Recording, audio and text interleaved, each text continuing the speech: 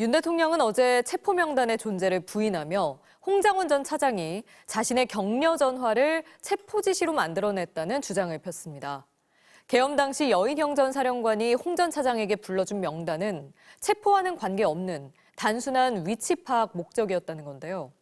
맞는 얘긴지 팩트체크 알고 보니에서 그동안의 검찰 조사와 헌재 변론에서 드러난 사실들을 확인해봤습니다. 이준범 기자입니다. 체포명단 존재를 입증하는 홍장원 전 국정원 1차장의 메모는 비상계엄 당시 여인형 전 사령관이 전화로 불러준 명단을 받아 적은 겁니다. 어제 헌재 변론에서 윤 대통령은 여 전 사령관이 전달한 이름이 체포와는 관계없는 단순한 위치 파악 목적이라고 주장했습니다.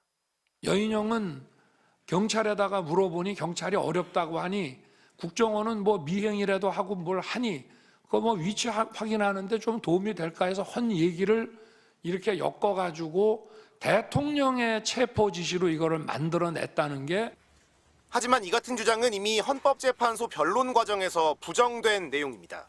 심판 증거로 채택된 여 전 사령관의 검찰 진술조서에는 솔직히 말씀드리겠다며 비상계엄 직후 14명을 특정해 체포해야 한다는 지시를 받았다는 내용이 담겼습니다.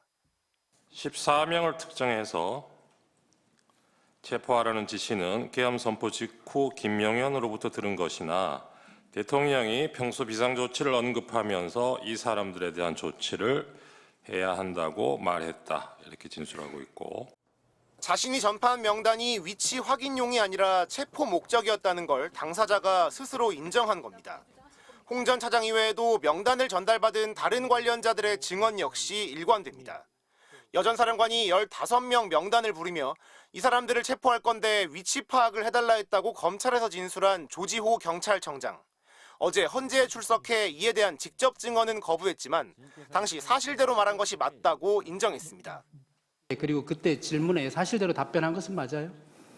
이건 뭐 그 각 조서별로 제가 그렇게 다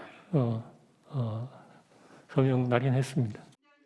김대우 전 방첩사 수사단장은 국정조사 청문회에서 여 전 사령관이 불러준 14명을 수첩에 받아 적었고 이는 체포 명단이었다고 발언했습니다. 정확하게 뭐 체포란 말은 없었는데 잡아서 수방사로 위송시켜라. 계엄 직후 이 같은 명단을 여 전 사령관에게 내려보낸 김용현 전 국방장관은 지난달 헌재에 나와 동정 파악용이었다며 윤 대통령과 같은 주장을 펼쳤는데요. 재판관의 추궁이 거듭되자 결국 김 전 장관조차 체포 가능성을 시인했습니다. 동정을 이제 확인하다 보면 어떤 위반 우려가 있고 하면 사전에 예방 차원에서 차단을 해야 될 것이고 그럼에도 불구하고 계속하면 그거는 필요하면 체포가 이루어질 수밖에 없는 상황 아니겠습니까? 홍 전 차장 메모의 신빙성을 흔들려던 윤 대통령의 주장은 이처럼 여러 증인과 증거들로 반박된다는 점에서 오히려 체포 명단의 실체만 더 확인해 준 셈입니다. 알고 보니 이준범입니다.